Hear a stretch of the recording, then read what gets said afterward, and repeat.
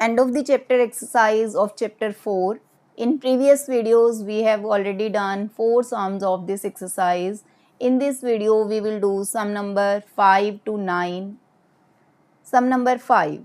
Find the possible expression for the length and breadth of each of the following rectangle whose areas are given by the following expression in square units.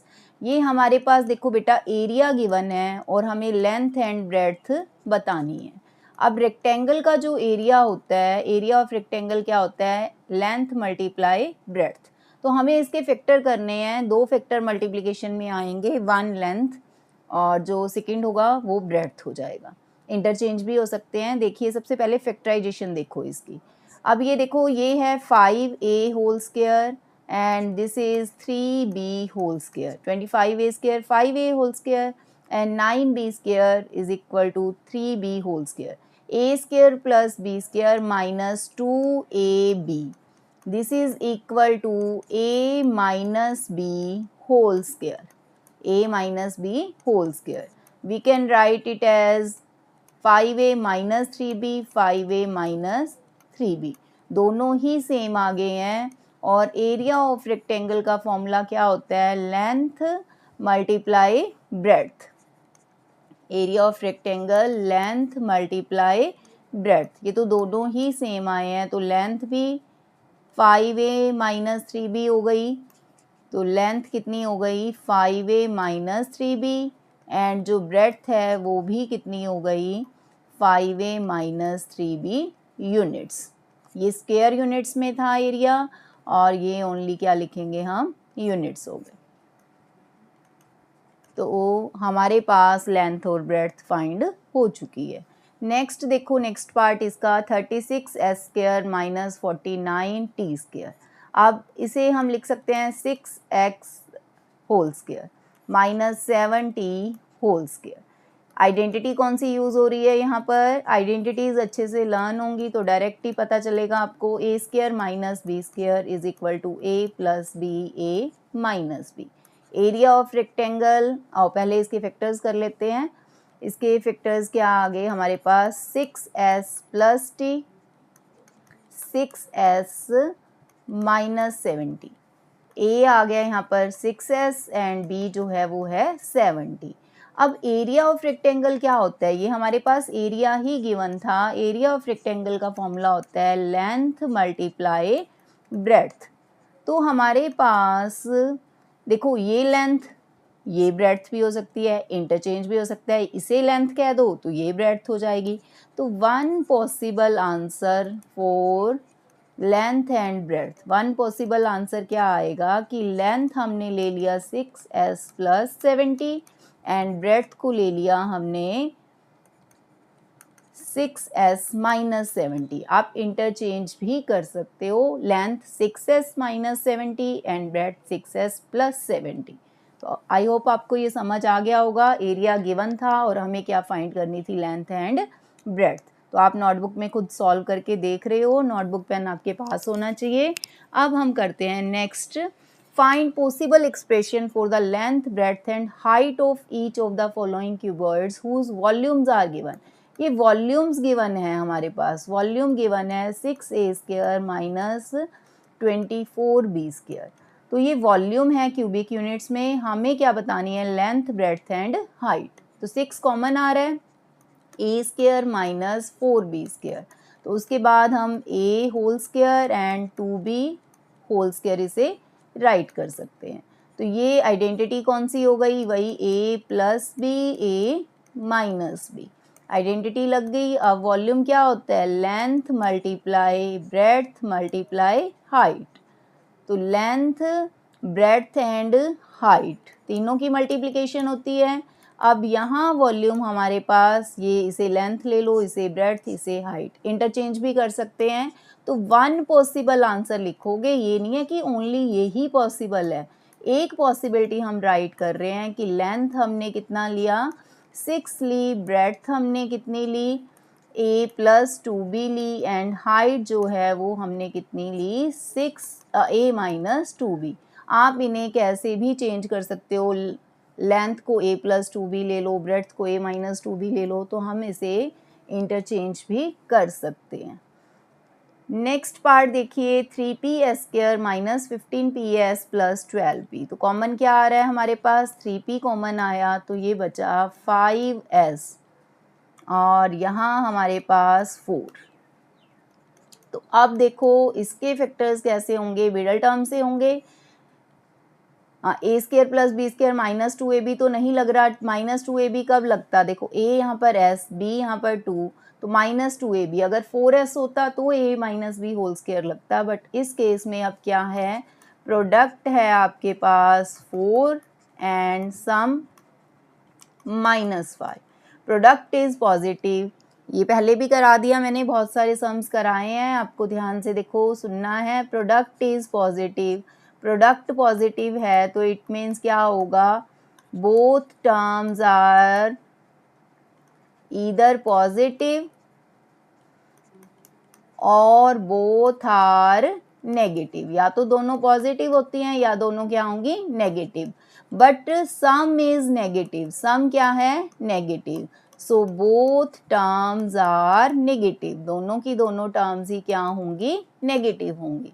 तो हम 4 के factors करेंगे, एक ही possibility है, दोनों की दोनों terms negative लेनी है। तो देखो -1s -4s -5s हो गया, और इनकी मल्टीप्लिकेशन जो है वो कितनी हो गई, देखो इसका -1 -4 -5 होता है, और -1 मल्टीप्लाई -4 जो है वो 4 होता है, दोनों कंडीशन सेटिस्फाई होनी चाहिए।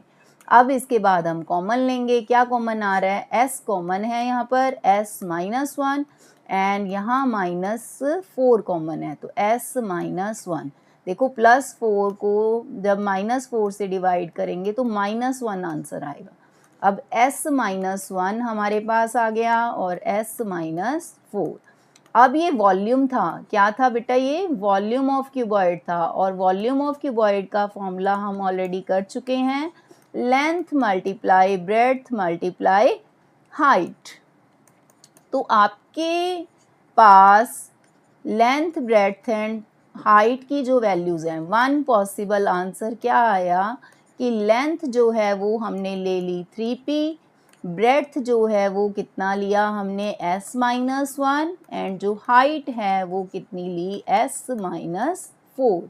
तो ये आप हो सकता है आप लेंथ इसे लो, ब्रेड्थ इसे ले लो, हाइट इसे ले लो, जैसे आपको सही लगे आप कर सकते हो।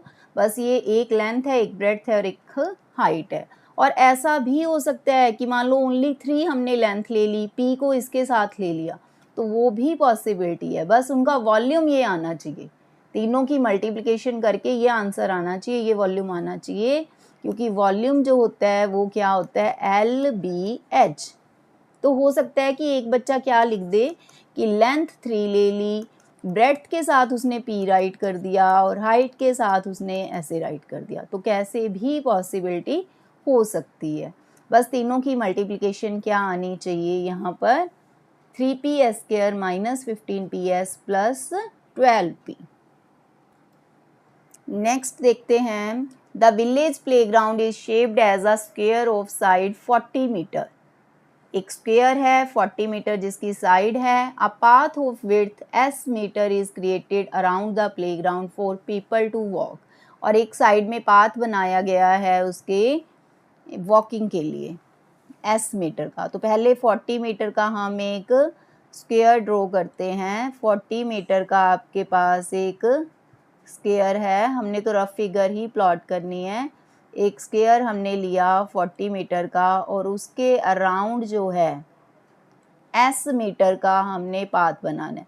तो ये विड्थ मान लो हमने ऐसे s ले ली, ये कितना है, s है, ये 4 साइड्स पर इसके हमने s मीटर पाथ बना दिया। ये हो गया हमारे पास, रफ फिगर ही है ये, एग्जैक्ट नहीं है कुछ, हमने बस रफली प्लॉट किया है। ये हमारे पास हमने पाथ बनाया। तो देखो ये वाला पाथ है बच्चों, ये हमारा पाथ बन गया s meter for the walking. ये हमने वॉकिंग के लिए पाथ बनाया और ये जो है ये s मीटर है, यहाँ से लेकर यहाँ तक एस मीटर, ये है एस मीटर, ये है एस मीटर, और जो ये अंदर है ये था 40, ये कितनी थी आपके पास साइड 40 मीटर थी, ये स्क्वायर था। तो अब देखो हमसे क्या पूछा गया है, find an expression for the area of path in terms of S.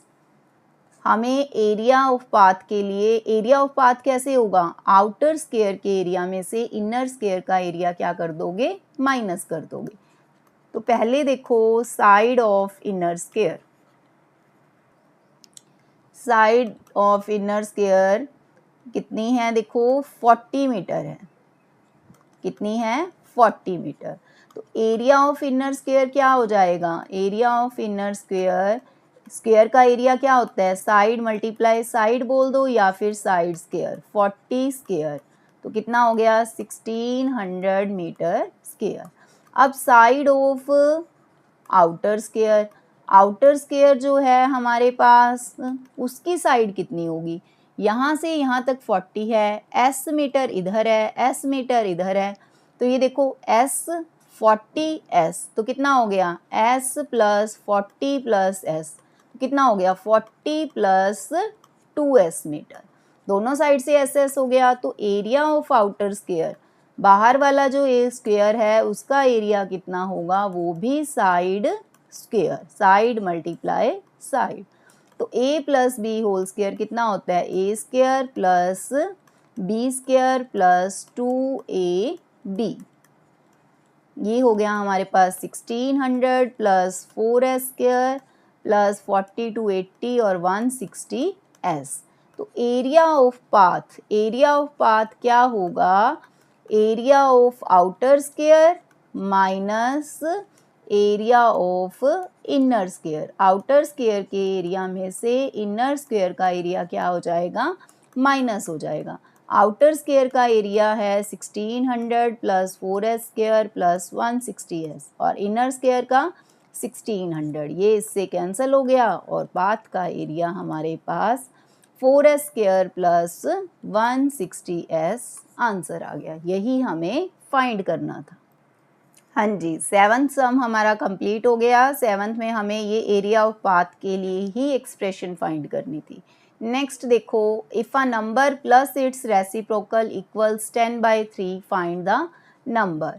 एक नंबर और उसका रेसिप्रोकल, देखो लेट किया हमने number x, reciprocal of the number क्या होगा, रेसिप्रोकल ऑफ द नंबर, यानी न्यूमरेटर को डिनोमिनेटर, डिनोमिनेटर को न्यूमरेटर, ये x/1 है, reciprocal 1/x। According to the statement, according to the question, number plus its reciprocal is 10/3। अब यहाँ पर एलसीएम देखो x आ रहा है, यहाँ 1 है, तो x को 1 से डिवाइड करोगे x और x से मल्टीप्लाई x स्क्वायर, डिनोमिनेटर से डिवाइड, x को x से डिवाइड किया 1, न्यूमरेटर से मल्टीप्लाई। अब देखो एलसीएम लेने के बाद क्रॉस मल्टीप्लाई कर सकते होते हैं, तो हमने की क्रॉस मल्टीप्लाई और उसके बाद देखिए 3x square plus 3 is equal to 10x। अब देखो यहाँ स्टेप है इजी, बट कई बार यहाँ से देखो ये स्टेप माइंड में नहीं आता, हम यहाँ इधर 10x शिफ्ट करेंगे और अब मिडल टर्म फैक्टराइजेशन, यहाँ फैक्टराइजेशन देखो कैसे होगी, x की वैल्यू चाहिए, तो यहाँ पर आइडेंटिटी तो नहीं बन रही। हम मिडल टर्म फैक्टराइजेशन में कैसे करते हैं कि अगर 1 वेरिएबल है तो पहले x स्क्वायर की टर्म, देन x और कांस्टेंट टर्म, तो इन दोनों को मल्टीप्लाई किया तो प्रोडक्ट कितना आया हमारे पास, प्लस 9x स्क्वायर, या प्लस 9 कह सकते हैं, सम आया माइनस 10x। तो जो प्रोडक्ट है वो प्लस 9 है, सम जो है वो माइनस 10 है। तो हमें सम प्रोडक्ट पॉजिटिव कब होता है, या तो दोनों नंबर पॉजिटिव या दोनों नेगेटिव, बट सम नेगेटिव है तो इट मीन्स दोनों के दोनों क्या होंगे, नेगेटिव होंगे। तो 9 के फैक्टर्स करो, इनका ही आ जाएगा, देखो दोनों नेगेटिव लोगे तो सम कितना आ जाएगा -10 और मल्टीप्लाई कितनी आ जाएगी 9। तो फैक्टर्स क्या बने, -1x माइनस 9x प्लस 3, तो क्या कॉमन आ रहा है यहाँ से, x कॉमन आया और इधर से -3। 3x minus 1 and x minus 3। तो अब देखो जब यहाँ दो नंबर्स की प्रोडक्ट ज़ीरो है तो कैसे पॉसिबल है, इधर इनमें से एक नंबर तो ज़ीरो होगा ही, या तो ये ज़ीरो होगा या फिर ये वाला ज़ीरो होगा। तो यहाँ से x की वैल्यू क्या आ रही है 1/3 और यहाँ से x की वैल्यू क्या आ रही है 3। तो ये दोनों ही पॉसिबल हैं। देखो कैसे पॉसिबल्स हैं, देखो मैं तुम्हें बताती हूँ, इसकी हम वेरिफिकेशन भी करेंगे। 1/3 और 3 दोनों ही पॉसिबल हैं। देखो अगर 1/3 नंबर लेंगे तो उसका रेसिप्रोकल 3 आ जाएगा और हम एलसीएम लेंगे तो ऐड करके 10/3 ही आएगा, और अगर नंबर 3 लेंगे तो उसका रेसिप्रोकल 1/3 आएगा, तो भी कितना आएगा ऐड करके 10/3 ही आएगा। तो हमारे पास 2 आंसर्स पॉसिबल हैं। हो गया ये पार्ट। नेक्स्ट देखो, a rectangular pool has area 2x² + 7x + 3 if it's width is 2x + 1 हस्त। ये यूनिट ही है एक, जैसे मीटर सेंटीमीटर होती है वैसे ही एक यूनिट है। Find the length. Hasta was a unit use to measure the length. ये एक यूनिट ही है। अब देखो एरिया ऑफ रेक्टेंगल गिवन है। एरिया ऑफ रेक्टेंगल का फॉर्मूला क्या होता है हमारे पास, लेंथ मल्टीप्लाई ब्रेड्थ। अब एरिया कितना गिवन है 2x² + 7x + 3, और जो लेंथ है वो हमें फाइंड करनी है, और विड्थ जो है वो है 2x + 1। तो अब हम ये 2x + 1 जो है ये डिवाइड में आ जाएगा। अब देखो इसके फैक्टर्स करो, कौन से मेथड से, वही मिडल टर्म से होंगे। सॉरी यहाँ 3 है, मिडल टर्म से होंगे। प्रोडक्ट कितना आ रहा है +6 और सम जो है वो आ रहा है +7। दोनों ही पॉजिटिव हैं, बोथ नंबर पॉजिटिव ही होंगे। तो क्या बनेंगे देखो factor, 6x + 1x + 3/2x + 1 is equal to, ये लेंथ आ जाएगी। क्या कॉमन आ रहा है यहाँ से 2x, x + 3 + 1 x + 3/2x + 1। तो अब हमारे पास यहाँ से x + 3 × 2x + 1/2x + 1 is equal to length. 2x + 1 cancel हो गया, x + 3 जो है वो लेंथ आ गई। तो लेंथ हमारे पास क्या आई, x + 3, यूनिट जो दी हुई है वही लिखेंगे हम, ये हमारे पास लेंथ आ गई। एरिया ऑफ रेक्टेंगल का फॉर्मूला अप्लाई किया, ब्रेड्थ की वैल्यू की पुट, और वो डिवाइड में आ गया। फैक्टराइजेशन की, सॉल्व किया। नेक्स्ट देखो sum number 10, if both x - 2 and x - 1/2 are the factors of px² + 5x + r, show that p is equal to r। बहुत इंपॉर्टेंट सम है ये, ध्यान से देखो कैसे करेंगे हम इसे। x - 2 is factor of px² + 5x + r। इसका फैक्टर दे रखा है। अगर इसका फैक्टर दे रखा है तो देखो क्या मेथड होता है कि x - 2 इसका फैक्टर है, तो इट मीन्स अगर हम x - 2 को 0 पुट करके देखेंगे तो x की वैल्यू क्या आएगी, 2 आएगी। तो यहाँ जब हम 2 पुट करेंगे उससे हमें रिमाइंडर मिलेगा। कोई भी अगर हमारे पास पॉलिनोमियल है उसको हम x - 2 से डिवाइड कर रहे हैं, तो x की वैल्यू 2 पुट करने पर वहाँ हमें रिमाइंडर मिलेगा, और अगर फैक्टर है तो वो उस केस में रिमाइंडर क्या होगा, 0। तो यहाँ x की वैल्यू 2 पुट करो, x की वैल्यू 2 पुट करने पर ये रिमाइंडर है जो कि 0 होगा अगर x - 2 फैक्टर है। तो यहाँ से बना हमारे पास 4p + 10 + r is equal to 0। ये हमारे पास फर्स्ट इक्वेशन बन गई। और सेकंड क्या बोला हुआ है, सेकंड बोला हुआ है x - 1/2 इज फैक्टर ऑफ, यहाँ भी फैक्टर बोला हुआ है px² + 5x + r का ही फैक्टर बोला हुआ है।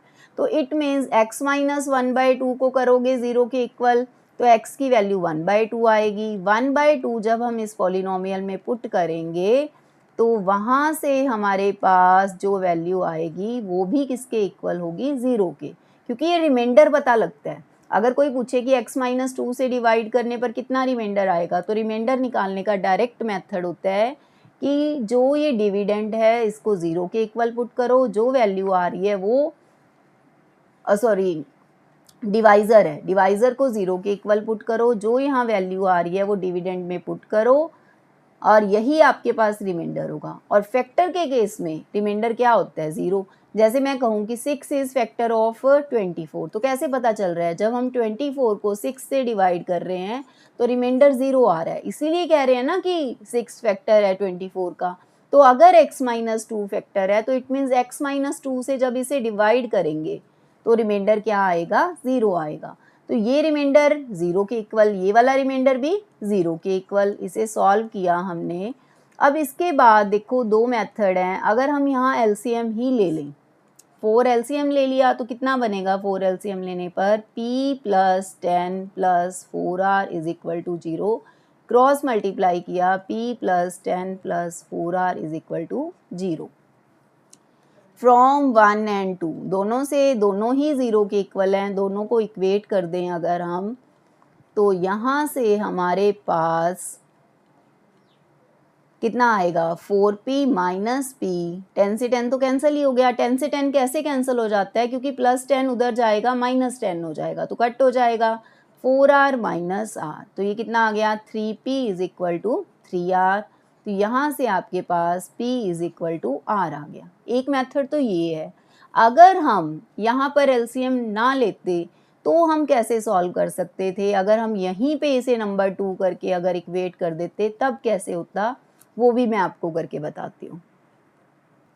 देखो अगर हम इसे नंबर 2 लिख देते तो यहाँ से भी अगर हम 0 के इक्वल पुट कर लेते, फिर कैसे होता? From 1 and 2 4p plus 10 plus r is equal to p by 4 plus 5 by 2 plus r। तो अगर हम यहाँ पर अब p वाली टर्म्स को, ये देखो अब यहाँ r से r कैंसिल हो जाएगा, देखो प्लस r उधर जाएगा, माइनस r हो जाएगा, तो ये दोनों कैंसिल हो गए। p वाली टर्म्स एक साइड शिफ्ट की हमने, वैसे वो वाला इजी है जो पहले कर लिया, फिर भी मैं आपको बताती हूँ कि बाय चांस आपने ऐसे कर लिया तो कैसे करोगे। अब इधर 2 एलसीएम 5 माइनस 20, तो ये कितना आ गया? 15p by 4 is equal to minus 15 by 2। p की वैल्यू जो है ये 4 बाई 15 हो जाएगा, 4 मल्टीप्लाई में और 15 डिवाइड में। ये देखो वैसे 15 से 15 ऐसे कट जाता है, ये लेफ्ट साइड है, ये राइट साइड है, तो ऊपर ऊपर वाली टर्म्स कटेंगी। क्यों? क्योंकि ये नीचे जाएगा यहाँ पर 15। ऐसे भी कर सकते हो और वो डायरेक्ट भी कर सकते हो। तो यहाँ से p कितना आ गया? -2। अब p आ गया, r कैसे करोगे? आपकी मर्जी है, चाहे 1 में पुट करो चाहे 2 में। -2 इन 1 में पुट कर दिया, p की वैल्यू -2 पुट की, तो देखते हैं कि r की कितनी आती है। -8 plus 10 plus r is equal to 0, 2 plus r is equal to 0, r -2, तो p is equal to r is equal to -2। तो ऐसे भी प्रूव कर सकते हो। और भी है एक मेथड, और क्या है कि यहाँ से r की वैल्यू फाइंड करो और इसमें पुट कर दो, इधर से r की फाइंड करो, इधर पुट कर दो, तो उसे सब्स्टिट्यूशन मेथड कहा जाता है, वो भी हम कर सकते हैं। मैं आपको वो भी करके बता देती हूँ। बहुत सारे मेथड हैं, जैसे भी आपको इजी लगे आप कर सकते हो। यहाँ से r की वैल्यू कैलकुलेट करो, इधर पुट कर दो, उससे भी हो जाएगा। ठीक है, तो आप ऐसे भी कर सकते हो, वैल्यू पुट करके भी कर सकते हो, और जो मैंने आपको 2 मेथड्स करा दिए, जो आपको बढ़िया लगे आप कर सकते हो। देखो कैसे करेंगे हम। 4p प्लस 10 प्लस r है, तो यहाँ से r की वैल्यू क्या बनेगी? -4p माइनस 10, ये वैल्यू बन गई। Put r is equal to -4p minus 10 in 2, 2 के अंदर पुट करते हैं। 2 क्या था हमारा? 2 था p by 4 plus 5 by 2 plus r, p by 4 plus 5 by 2 plus r। तो यहाँ r की वैल्यू पुट करनी है हमें। r की वैल्यू क्या पुट करनी है? -4p minus 10। तो अब देखो यहाँ से p by 4 -4p, 10 minus 5 by 2, तो यहाँ पर 4 एलसीएम, तो ऐसे भी कर सकते हैं। तो जो आपको इजी लगे आप कर सकते हो। ये इतने सारे मेथड्स मैंने क्यों बताए, तो हर बच्चे के माइंड में हो सकता है कि अलग अलग आ रहा है, उसे लग रहा है कि ऐसे क्यों नहीं कर सकते। कर सकते हैं बेटा, जैसे मर्जी आप कर सकते हो, बस सही होनी चाहिए कैलकुलेशन। हाँ, कोई शॉर्ट हो जाता है, कोई थोड़ा सा लॉन्ग हो जाता है। अब p-2 आ गया, put p is equal to -2, इसमें पुट कर लो in 3, r is equal to -4 -2 -10, तो 8 -10 -2। तो यहाँ से भी क्या आ गया, p is equal to r is equal to -2। तो मैंने 3 मेथड्स करा दिए आपको, और जो मेरे अकॉर्डिंग तो फर्स्ट मेथड सबसे शॉर्ट था, बाकी आपको जो सही लगे वैसे आप कर सकते हो। तो मैंने आपको 10 सम्स करा दिए इसमें, और 2 वीडियोस इस एक्सरसाइज की पहले बन चुकी हैं, ये 3rd वीडियो थी। तो जिसने वो वीडियोस नहीं देखी वो वीडियोस भी देख लो, और जो नेक्स्ट वीडियो में आपको ये एक्सरसाइज कंप्लीट करा दी जाएगी। अगर आपको ये सम समझ आ रहे हैं, मेथड्स बढ़िया लग रहे हैं, तो वीडियो को लाइक कीजिए, चैनल को सब्सक्राइब कीजिए और अपने फ्रेंड्स के साथ ज़रूर इसे शेयर कीजिए। थैंक यू सो मच बेटा, थैंक्स फॉर वॉचिंग।